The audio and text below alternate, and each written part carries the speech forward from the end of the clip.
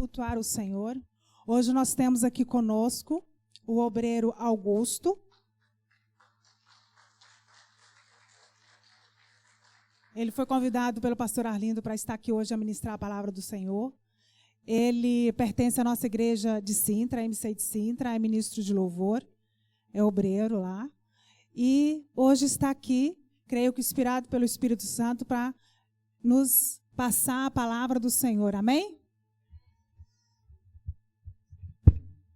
Bom dia, irmãos. Já tinha algum tempo que eu não vim aqui. E o pastor Arlindo me ligou na quinta-feira, perguntou se eu poderia vir. Eu fiquei muito feliz. E fiquei mais feliz quando eu cheguei. A igreja está tão bonita, parabéns. Parece que eu estou em casa, o teto é igual, as canções são iguais. E estou muito feliz de estar aqui com os irmãos nessa manhã.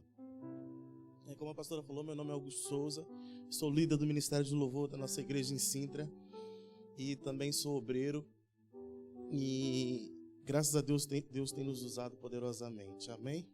Feche os teus olhos nesse momento, abaixa a tua cabeça, vamos falar com o Pai. Senhor, estamos aqui, Deus, nessa manhã, Senhor, e nós, Deus, te agradecemos, Deus, por tudo aquilo que Tu tens feito, Deus, no nosso meio, Pai. Nós sabemos, Deus, que a Tua presença é real nesse lugar, Senhor. E eu acredito, Deus, que nessa manhã, Deus, o Senhor tem algo especial, Deus, para nós, Deus, vindo do céu, Senhor. Eu sei que os céus, Deus, estão abertos sobre essa igreja, Deus, os céus estão abertos sobre Santarém, Pai. E eu acredito, Deus, que o Senhor irá derramar, Deus, uma unção, uma presença, Deus, uma glória, Deus, nesse lugar, Deus. E esse lugar, Deus, será pequeno, Deus, com o tamanho da Tua glória, Deus. Que a Tua palavra, Deus, venha entrar, Deus, nos nossos corações, Deus, nessa manhã, Pai, no nome de Jesus Cristo. Irmãos, eu quero compartilhar com a igreja nessa manhã uma mensagem que tem como tema chamado fé e determinação. Eu acredito que o nosso chamado é muito importante, sabe? Eu acredito que todas as pessoas nesse lugar têm um chamado de Deus. Eu acredito que já passou pela tua cabeça alguma vez algo tipo assim, eu preciso fazer algo para Deus. Eu preciso de fazer algo na casa de Deus. Ou aqueles que já estão fazendo, já passou pela tua cabeça algo que passa na minha cabeça sempre. Eu preciso fazer mais para Deus. Sabe, eu acredito que Jesus Cristo está voltando, eu acredito que não vai demorar muito para Ele voltar e quando nós olhamos para esse mundo, quando nós olhamos para essa cidade, nós vemos ainda existem muitas coisas que nós temos que fazer para que o Evangelho de Deus possa ser alcançado, o Evangelho de Deus possa chegar a outras pessoas. Então, eu acredito que todas as pessoas nesse lugar têm um chamado de Deus. Eu acredito que todas as pessoas nesse lugar têm o desejo no seu coração de fazer algo para Deus. Mas muitas vezes não é só do chamado que nós precisamos, nós também precisamos da fé. E dependendo daquilo que o Senhor colocou no seu coração, você vai precisar de uma fé gigantesca para fazer. E muitas vezes você nem vai poder compartilhar com outras pessoas, porque as outras pessoas não vão acreditar. Porque é algo específico que Deus colocou no teu coração, é algo específico que Deus colocou no nosso coração. E além de chamado, além de fé, nós vamos precisar de determinação. Quantas pessoas que nós conhecemos que começaram muito bem, que fizeram grandes coisas para Deus, mas no meio do caminho ficaram para trás, porque se desiludiram com alguma coisa, não tiveram determinação para fazer aquilo que Deus deu para elas fazer, aquilo que Deus colocou no coração delas para fazer. E eu acredito que nessa manhã o Senhor irá ministrar no nosso coração, irá nos lembrar do nosso chamado, irá encher o nosso coração de fé, irá nos encher de determinação para que nós possamos fazer a obra dele cada vez mais com excelência. Abra a tua Bíblia, por favor, no livro de Mateus 22, 14. Mateus 22, 14. Podemos acompanhar aqui para ganharmos tempo. Diz assim a palavra de Deus: porque muitos são chamados, mas poucos são escolhidos. Sabe, quando eu olho para a Bíblia Sagrada e eu olho para tantas personagens que tem na Bíblia Sagrada com um chamado gigantesco. Existe uma personagem da Bíblia Sagrada que chama a minha atenção, que é Moisés. Sabe, irmãos, a história de Moisés é fantástica, porque foi um homem limitado que Deus lhe entregou um chamado gigantesco e ele conseguiu cumprir aquilo que Deus pediu para que ele aquilo que Deus pediu para que ele pudesse fazer. Sabe, para nós entendermos um pouco a situação que o povo hebreu estava vivendo naquele tempo, a Bíblia fala de um homem chamado José. Ele era bisneto de Abraão. Eles viviam na terra de Canaã. E José era sonhador, José tinha muitos sonhos. E José, desde muito novo, já vivia no sobrenatural de Deus, já entendia o sobrenatural de Deus, e Deus se revelava a José por causa do seu coração. E muitas vezes José tinha contato com Deus de Abraão, tinha contato com Deus de Jacó, tinha contato com Deus de Isaac. Então, o que aconteceu naquele tempo foi que José, ele era especial. E os seus irmãos tinham inveja dele. Sabe, José, ele se destacava, o seu pai amava muito ele porque ele era diferente. Então os seus irmãos viraram uns para os outros e disseram assim: olha, vamos aqui arquitetar um plano, vamos matar José. Só que depois aquilo ficou muito pesado. Então eles pegaram José e venderam José para o Egito como escravo. Imagina a situação, irmãos, você ser vendido como escravo pelo seu irmão. Não é fácil, né? Talvez muitas pessoas entrariam em depressão, muitas pessoas ficariam com a sua alma abalada, mas sabe o que aconteceu na vida de José? Isso o tornou mais forte, isso o tornou mais grande. A rejeição na vida de José fez ele entender o propósito de Deus para a vida dele. E José foi vendido como escravo para o Egito. José foi preso no Egito. E a Bíblia fala que um dia Faraó teve um sonho. Resumindo a história para podermos entender. E lembraram de José, que José era aquele que interpretava sonhos. José era aquele que era diferente. Então trouxeram José à presença de Faraó. E quando José chegou na presença de Faraó, José interpretou o sonho de Faraó, porque todos os sábios que estavam no Egito não conseguiam interpretar o sonho de Faraó. Então um escravo, um preso, alguém que ninguém dava nada para ele, entrou na presença do homem mais poderoso da terra naquela época e conseguiu revelar o sonho que ele tinha sonhado. Porque aquele sonho que o Faraó tinha sonhado foi um sonho que Deus colocou no coração de Faraó. Muitas vezes nós falamos assim, pensamos: Deus só usa os crentes, Deus não usa os ímpios. Mas Deus usa também os ímpios, para que os crentes possam se destacar no meio de uma geração completamente perversa. E José, naquele dia, José, um escravo, José, um preso, José que não era ninguém, entra na presença de Faraó naquele dia e sai de lá como o segundo homem mais poderoso de todo o Egito. A Bíblia fala que o Egito naquela época era a maior potência da terra. Então José sai da presença de Faraó como o segundo homem mais poderoso de toda a terra. Olha o que Deus faz. Um homem que estava preso, um homem que era escravo, um homem que não era ninguém, agora é o primeiro ministro do Egito. É o segundo homem mais poderoso de todo o Egito. Faraó disse: olha, debaixo, a tua palavra estará acima de todas as palavras, só irá estar debaixo da minha palavra, porque eu estou no trono. Então, José naquele momento vira um grande administrador, e a Bíblia fala que o Egito começa a prosperar muito. O Egito já era rico, já era a maior potência, mas agora começa a prosperar muito mais. E ao contrário do Egito, a terra de Canaã, onde estava Jacó e os irmãos de José, que venderam José, que maltrataram José, começa a perecer, começa a ter fome, começa a viver uma escassez. Então eles pensam assim: olha, aqui não está dando para viver, aqui não está dando para fazer nada, aqui nós plantamos e nós não conseguimos colher, então nós vamos ao Egito, porque lá tem muita fartura. E quando eles chegam no Egito, eles se encontram com José. Sabe, se fossem muitos crentes dos dias de hoje, falavam: olha, pode prender, vai sofrer o que eu sofri, vai passar pelo aquilo que eu passei. Mas não, quando nós olhamos para a história, nós vemos que José abraçou os seus irmãos, José abraçou a sua família, e houve ali um reconcílio. E o povo de Israel, a nação dos hebreus, o povo, a nação que Deus tinha prometido a Abraão, agora se estabiliza na terra do Egito. E começam a viver no Egito, sabe? E quando nós olhamos para o livro de Êxodo, nós vemos logo no primeiro capítulo que eram 70 homens. Era um pequeno clã, era um pequeno povo, era uma pequena aldeia, que estava agora vivendo como imigrantes numa terra que eles não conheciam. Mas tinha ali José para proteger eles. Só que o tempo vai passando e 70 homens, com o tempo passando, já não são mais 70 homens. A Bíblia fala que eles ficaram no Egito 430 anos.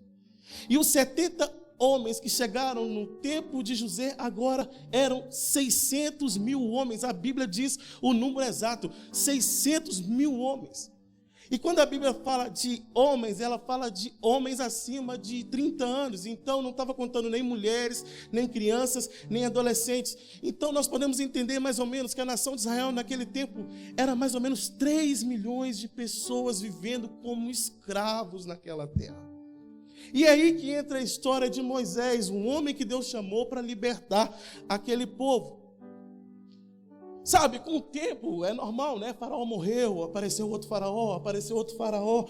E um dia, Faraó olhou da janela do seu palácio, imagino eu, para o povo de Israel e falou assim: esse povo está crescendo tanto, que daqui um dia nós que vamos ser escravos deles. Não é eles que vão ser os nossos escravos. Daqui uns dias esse povo vai nos dominar. Daqui um dia esse povo vai ser maior que nós. Daqui um dia esse povo vai ser mais forte que nós. Então ele decide escravizar aquele povo. Traz um jugo sobre aquele povo. E a pior coisa que Faraó poderia ter feito foi virar para aquele povo e falar assim: olha, saiu um novo decreto. Quando vocês tiverem um filho, se nascer menino, vai ter que morrer. O mesmo espírito diabólico que veio sobre Herodes no tempo de Jesus, que virou e falou assim: olha, temos que matar todas as crianças, foi o mesmo espírito diabólico que já estava naquele tempo sobre Faraó, que falou assim: olha, se nascer menino, nós vamos ter que morrer. Então os jovens viravam uns para os outros e falavam assim: olha, talvez é melhor a gente não casar, porque se a gente correr o risco de ter um filho e nascer menino, nós vamos perder o nosso filho. Então é melhor não ter filhos. Naquele momento, Satanás e Faraó pensou que poderia destruir o plano de Deus. Naquele momento, o Faraó pensou que poderia acabar com a grande nação que Deus tinha prometido a Abraão. Mas nós sabemos que o nosso Deus é poderoso, nós sabemos que o nosso Deus é forte, nós sabemos que o nosso Deus é grande, e nós sabemos que o nosso Deus tem todo o poder. Só que a Bíblia fala de um homem chamado Arão e de uma mulher chamada Joquebede, que eles vieram da tribo de Levi.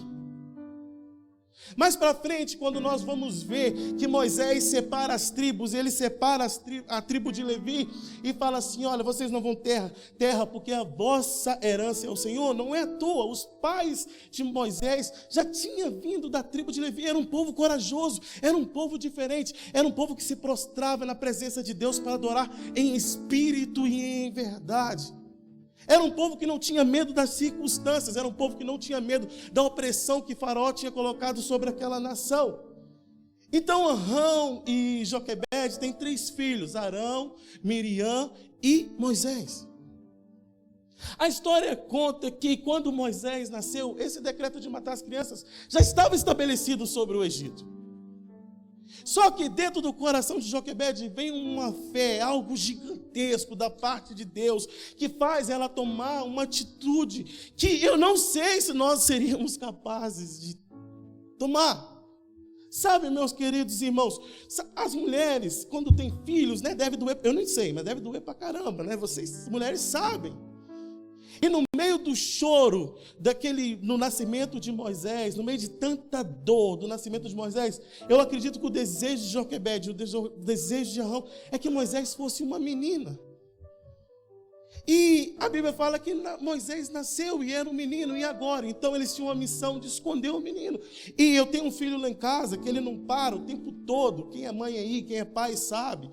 E criança chora, criança tem cólica. À noite começa a chorar, e aí como é que vamos controlar o choro da criança? Onde vamos esconder a criança? Então Joquebede, para que o seu filho não venha morrer, para que um vizinho não venha ouvir o choro dele, para que ninguém venha denunciar que Moisés estava ali na casa deles, ele pega a criança no meio da noite, enrola num pano, e a Bíblia fala que eles constroem um pequeno cestinho, e colocam a criança no cestinho e colocam o menino no Nilo. Sabe, irmãos, quem é que tem coragem de fazer uma coisa dessa? Deus estava olhando para Joquebede. Sabe, muitas vezes nós temos que fazer a nossa parte, porque nós, quando fazemos a nossa parte, Deus faz a parte dele. Muitas vezes nós temos que ter a iniciativa de fazer a nossa parte. E quando nós fazemos a nossa parte, Deus vai lá e faz a parte dele. Joquebede fez a parte dela. Então Deus foi lá e fez a parte dele. Deus começou a movimentar as águas. Deus começou a cuidar do menino. A história fala que o Nilo era cheio de crocodilo. E o cesto não virou. E o cesto foi parar no lugar certo. Aquele cestinho, irmãos, poderia parar em qualquer lugar. Qual era a probabilidade de Moisés sobreviver? Nenhuma. Quem coloca uma criança num cesto e joga num rio, espera que a criança vai sobreviver. Mas Joquebede sabia no seu coração que o Deus de Israel estava com ela. Ela sabia que Deus tinha um plano para a vida de Moisés. E Deus começa a mexer nas águas, Deus começa a mexer no vento, e a Bíblia fala que o cestinho de Moisés vai parar no palácio. E quando o cestinho chega no palácio, a filha de Faraó olha para os olhos de Moisés e ela fica apaixonada pela criança. Não foi só compaixão, ela fica apaixonada pela criança. Ela tira a criança das águas e ela fala: esse menino vai se chamar Moisés porque das águas eu o tirei e ele vai ser meu filho. A Bíblia fala que Moisés ficou no palácio 40 anos. Ele ficou dentro do palácio 40 anos, aprendendo novas línguas, aprendendo a arte da guerra, aprendendo a se diferenciar dos escravos. Apesar dele ter sangue hebreu, ele não tinha mentalidade de hebreu. Deus tinha que tirar Moisés do meio dos hebreus para que ele pudesse ter uma mente de um líder forte, de um líder vitorioso, para que mais para frente ele pudesse libertar o povo de Israel. E a história conta que Moisés, um dia, quando completou 40 anos, ele já tinha 40 anos na época, a Bíblia diz, teve um dia que ele viu um egípcio maltratando um hebreu e ele ficou possesso. E a Bíblia fala que ele foi lá e matou aquele egípcio, escondeu o corpo e fugiu para o deserto. Muitas vezes nós fugimos um pouco do propósito que Deus tem para a nossa vida quando nós tentamos fazer a nossa própria vontade. E a Bíblia é tão específica que ela fala que Moisés ficou no palácio 40 anos e fala que Moisés ficou no deserto 40 anos. Quando ele estava no palácio, ele estava aprendendo aquilo que era natural. Então Deus o levou para o deserto para ele entender aquilo que é sobrenatural. Aqui nós entendemos uma coisa, meus irmãos, nem sempre é o inimigo, nem sempre é o diabo que nos leva para o deserto. Às vezes é Deus que nos coloca no deserto para a gente aprender algo. Você fala: eu estou passando por algo difícil, eu estou passando por algo complicado, eu estou nesse deserto, o inimigo está furioso. Muitas vezes é Deus nos ensinando algo para que nós possamos exercer o nosso chamado lá na frente. Jesus Cristo, antes de começar o seu ministério, ele foi para onde? Para o deserto. Então Moisés agora está ali no deserto. E a Bíblia fala que ele foi parar numa terra chamada Midian, no meio dos midianitas. E ele encontra um homem que também temia a Deus, chamado Jetro. Ele se casa com a sua filha. E Moisés se acostuma com aquela vida. A Bíblia fala que Moisés ia lá, cuidava das ovelhas, Moisés dava comida para as ovelhas, Moisés dava água para as ovelhas, mas Deus não o chamou para fazer isso, Deus o chamou para uma obra gigantesca, mas ele estava contente com a vida que ele estava vivendo. Um dia ele teve que subir em cima do monte Horebe e Deus estava à espera dele. A Bíblia fala que existia uma sarça que pegava fogo, essa sarça não se consumia. E quando Moisés viu aquilo, Moisés se espantou. E Deus disse: Moisés, tira as tuas sandálias, para o lugar que você pisa é santo. E Deus falou para Moisés: eu quero que você vá até ao Egito. E eu quero que você liberte o meu povo. Irmãos, a Bíblia fala que Moisés, nesse tempo, tinha 80 anos. Já estava velhinho. Pensou que a vida já estava acabando, mas era o momento de Deus usar a vida dele de forma poderosa, de forma gigantesca. Então Moisés começa a falar para Deus: mas Senhor, eu sou um homem limitado, mas Senhor, eu sou um homem que não consigo falar direito, mas Senhor, o Senhor só vira para Moisés e fala: olha, vai que eu vou contigo, vai que eu vou contigo. Você só tem que dizer que o eu sou está com você. Sabe, e Moisés, com toda a sua limitação, com toda a sua dificuldade, com o seu coração arrebentado, porque tinha matado uma pessoa, agora ele ouve a voz de Deus que o chama. Ele pensava que não era digno, mas Deus o chama. Deus começa a lembrar Moisés que ele tinha prometido para Moisés. Seu nascimento não foi em vão. Sabe, irmãos, até os demônios, até o inferno entendia o chamado que existia sobre a vida de Moisés, porque tudo aquilo que aconteceu com Moisés foi sobrenatural, mas Moisés não entendia. Sabe, e quando Moisés obedece o chamado de Deus, quando Moisés se coloca na presença de Deus, Deus o usa poderosamente. Deuteronômio 34:10 diz assim: e nunca mais se levantou em Israel profeta algum como Moisés, a quem o Senhor conhecia face a face. Moisés foi ao Egito, todos nós sabemos a história das 10 pragas, liberta o povo vai para o deserto, e a Bíblia fala que quando o povo montava o acampamento no deserto, Moisés pegava a sua tenda, saía do meio do povo, saía do meio do arraial e montava a sua terra longe, montava a sua tenda longe, e quando ele entrava na tenda dele, a Bíblia fala que Deus falava face a face com Moisés, porque Deus era amigo de Moisés. Sabe, irmãos, se nós obedecemos o chamado de Deus para nossas vidas, se nós entendemos para aquilo que Deus nos chamou, Deus irá olhar para nós face a face, irá nos chamar de amigos. Será que tem alguém aqui que quer ser amigo de Deus? Será que tem alguém aqui que quer exercer o seu chamado? Será que tem alguém aqui em Santarém que quer fazer a diferença? Quando você começar a fazer a diferença, quando você começar a ser diferente de todo mundo, Deus irá te levantar nessa terra de forma diferente. Essa igreja não vai ser a mesma, esse povo não vai ser o mesmo, e essa cidade não vai ser a mesma. O nosso Deus, irmãos, não mudou, Ele é o mesmo. Ele não mudou, o mesmo Deus que estava com Moisés e falava face a face, Ele está aqui nessa manhã, Ele não mudou. Nós que muitas vezes temos afastado o nosso coração da presença de Deus. Sabe, o nosso chamado tem que ser mais importante que tudo. Se Deus te chamou para fazer alguma coisa, faça. Se Deus te chamou para cantar, cante. Se Deus te chamou para cuidar das crianças, cuide. Se Deus te chamou para evangelizar lá fora, evangelize. Se Deus te chamou para fazer um bolo para a igreja, faça. Porque é melhor estar na presença de Deus do que estar lá fora. É melhor um dia na presença de Deus do que 1000 dias lá fora. Porque só aqui que nós encontramos vida. Só aqui que nós encontramos vida eterna. Então, exerça o chamado que existe no teu coração. Foi Deus que falou com você, não foi homem. Não tem medo. Ele está contigo. O Espírito Santo está em nós. No Antigo Testamento, o Espírito Santo vinha sobre o povo de Deus. De vez em quando o Espírito Santo vinha sobre Sansão e ele matava um monte de gente. De vez em quando o Espírito Santo vinha sobre Davi e ele cantava e os espíritos demoníacos fugiam. Mas a Bíblia fala, a partir de Atos 2, que o Espírito Santo está em nós. Deus está em nós. Então nós podemos fazer muito mais, Jesus Cristo próprio disse, vocês irão fazer obras muito maiores, vocês irão fazer coisas muito mais interessantes, vocês irão fazer coisas muito maiores. Temos que crer nisso.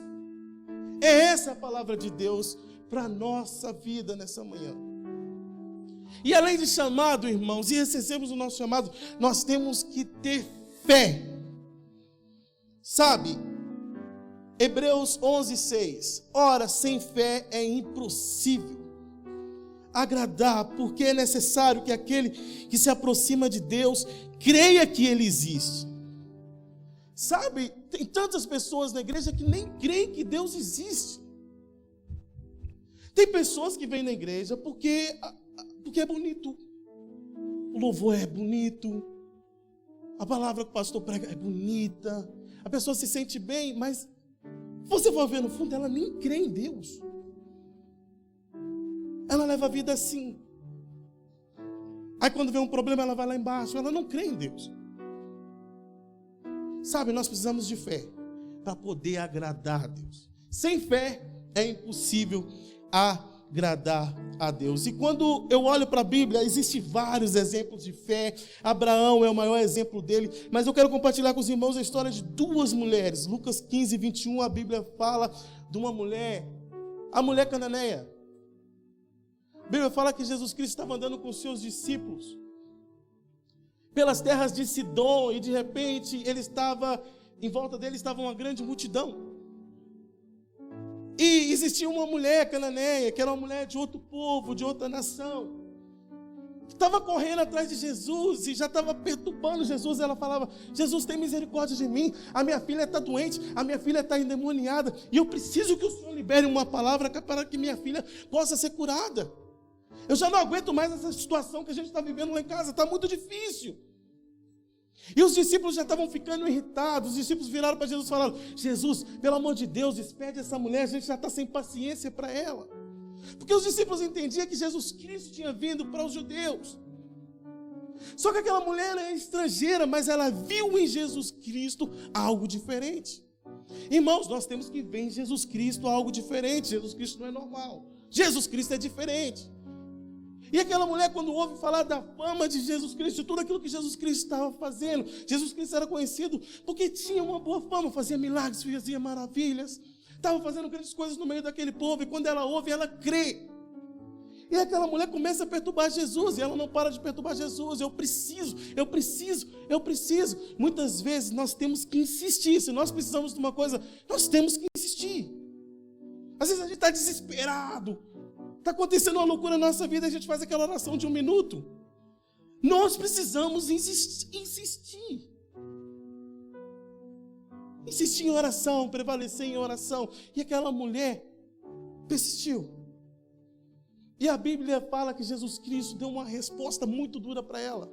Jesus Cristo virou para ela e falou assim: olha, não é certo eu tirar o pão da mesa dos meus filhos e dar para os cachorrinhos. Olha que resposta dura, olha que resposta difícil.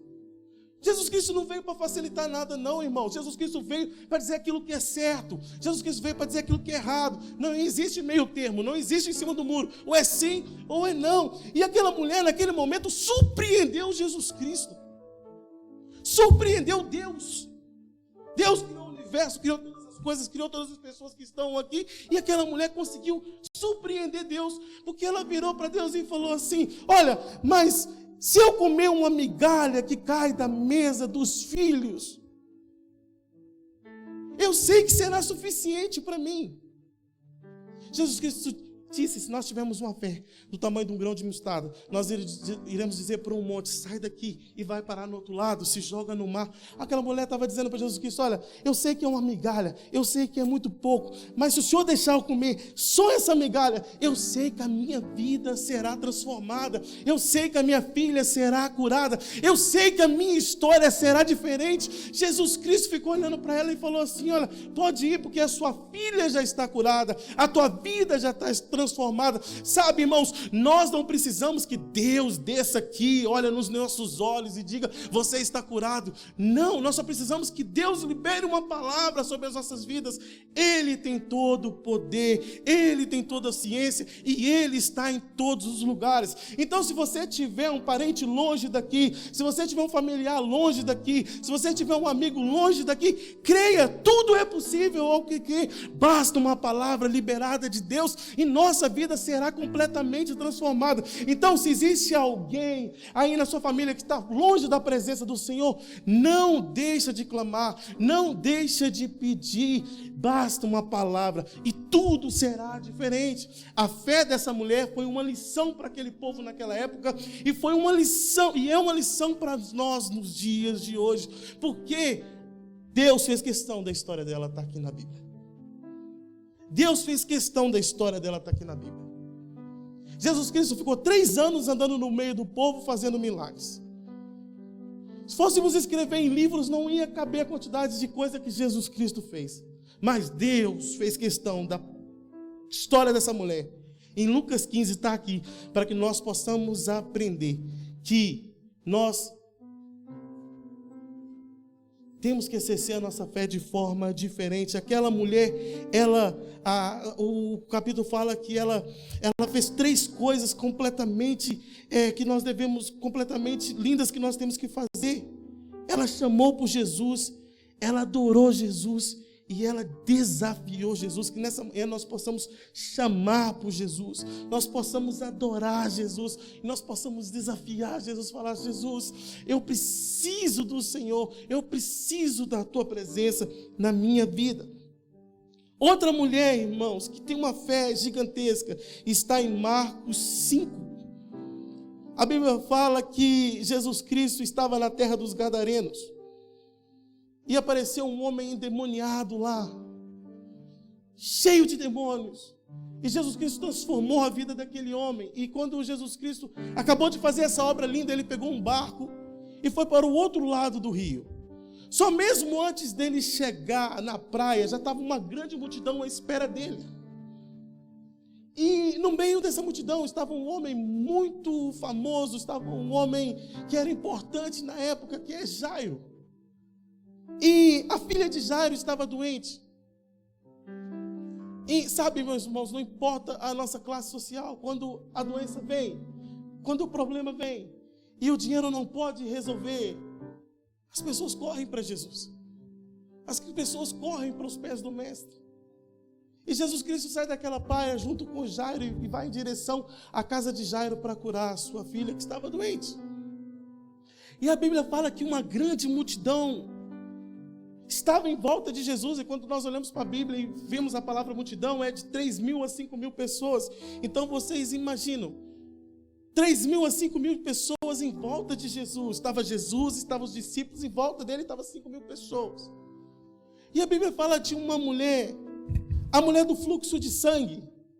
Sabe, aquela mulher sofria de um fluxo de sangue, de um sangue que não parava de sair dela há 12 anos. Imagina, irmão, que doença horrível, 12 anos. E o problema não é só sofrer da doença. O problema é que o povo pensava que ela era impura, então o povo isolava ela.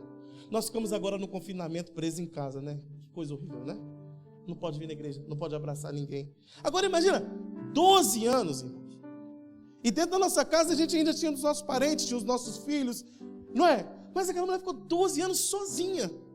A família dela virava para ela e falava: você não pode ficar aqui no nosso meio porque você é impura, então você tem que ficar isolada. A medicina olhava para ela e falava assim: nós não temos solução para o teu problema, então você tem que ficar isolada. Então, os amigos dela viravam assim: nós não podemos estar perto de você porque você tem que estar isolada, você tem que estar longe, você é um problema para nós, você não pode estar no nosso meio. E aquela mulher, 12 anos, ficou longe da sua família, 12 anos ficou longe dos seus parentes, 12 anos ficou longe dos seus amigos. Só que um dia ela ouviu que Jesus Cristo ia passar por aquele lugar. E ela tomou uma atitude em seu coração, ela disse: se eu só tocar na orla do seu vestido, eu sei que eu vou ser curada. Sabe, meus irmãos, se eu somente tocar, eu vou ser curada. Jesus Cristo não precisa pegar na minha mão, Jesus Cristo não precisa olhar nos meus olhos, Jesus Cristo não precisa me abraçar, eu não preciso, eu só preciso tocar. Se eu conseguir tocar, eu sei que eu serei curada. E aquela mulher viu que Jesus Cristo estava passando, ela viu que existia uma multidão que a limitava, mas ela não teve medo, ela saiu correndo, ela enfrentou aquele povo, ela enfrentou aquelas pessoas, ela chegou perto de Jesus Cristo e ela tocou Jesus Cristo e tudo parou. Jesus Cristo falou: saiu virtude de mim. Alguém me tocou. Será que nessa manhã nós iremos tocar o coração de Deus, irmãos? Nós estamos aqui, o louvor estava maravilhoso, nós sentimos a presença de Deus, nós sentimos a unção de Deus, mas será que existia alguém nesse lugar que tinha coragem, que tinha ousadia para tocar o coração de Deus? Basta tocar o coração de Deus com a nossa adoração e tudo será diferente. E aquela mulher tocou em Jesus Cristo e foi curada. E Jesus Cristo falou: saiu virtude de mim, alguém me tocou. E os discípulos falaram: tanta gente está te tocando. Mas Jesus Cristo falou: alguém me tocou de forma diferente. No meio da multidão, no meio das pessoas, nós temos que fazer a diferença. Nós temos que tocar em Jesus Cristo de forma diferente. A nossa fé, irmãos, tem que ser grande o suficiente para nós crermos que nós podemos tocar em Deus de forma diferente. Jesus Cristo está nesse lugar. Quando eu entrei aqui, eu senti a presença de Deus. É tempo de nós tocarmos em Jesus Cristo de forma diferente. Quantos creem nisso? Quantos creem na mensagem do Senhor para nós nessa manhã? Então, sabe, não coloque limite em seus sonhos, irmão. Coloque fé. Não limita, coloca fé. Ah, é difícil, não sei, é complicado, é grande demais para mim. Coloca fé. Coloca fé. Deus transforma choro em sorriso, dor em força, fraqueza em fé e sonhos em realidade. Nenhum obstáculo será tão grande se a sua vontade de vencer for maior. Nós temos que ter fé. Então a música que eu mais gosto, ela fala: Senhor, dá-me fé. Eu preciso de fé para crer no impossível. Eu preciso de fé para crer no impossível.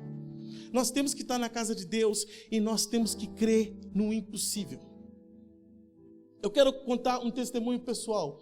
Quando nasceu a minha filha, eu agora tenho um filho, mas quando nasceu a minha filha, há 7 anos atrás, na época eu tinha 21 anos e a minha esposa tinha 22, nós éramos muito novos, né? E quando ela nasceu, tudo correu bem na gravidez.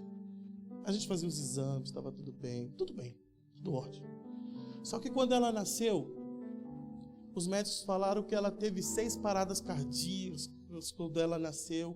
E os médicos falaram assim: olha, o intestino não funciona, o coração não funciona, o pulmão não funciona, e ela vai estar ligada a várias máquinas. Só para resumir, várias máquinas. E o caso da tua filha é impossível. Nós, em Portugal, não temos tecnologia. Nós, em Portugal, não conseguimos tratar da tua filha. Então, o caso dela é impossível. E mesmo se ela sobreviver um dia, ela vai ser um vegetal. Ela não vai poder ir à escola. E os médicos falavam assim pra gente, sabe, irmãos? Eu tinha 21 anos e eu sempre fui crente. E naquele momento o médico falava e eu só chorava. O médico falava e eu só chorava. E dentro do meu coração eu pensava assim: a única coisa que passava na minha cabeça é aquilo que Lucas tinha escrevido, aquilo que Lucas escreveu, que para Deus nada é impossível. Para Deus nada é impossível.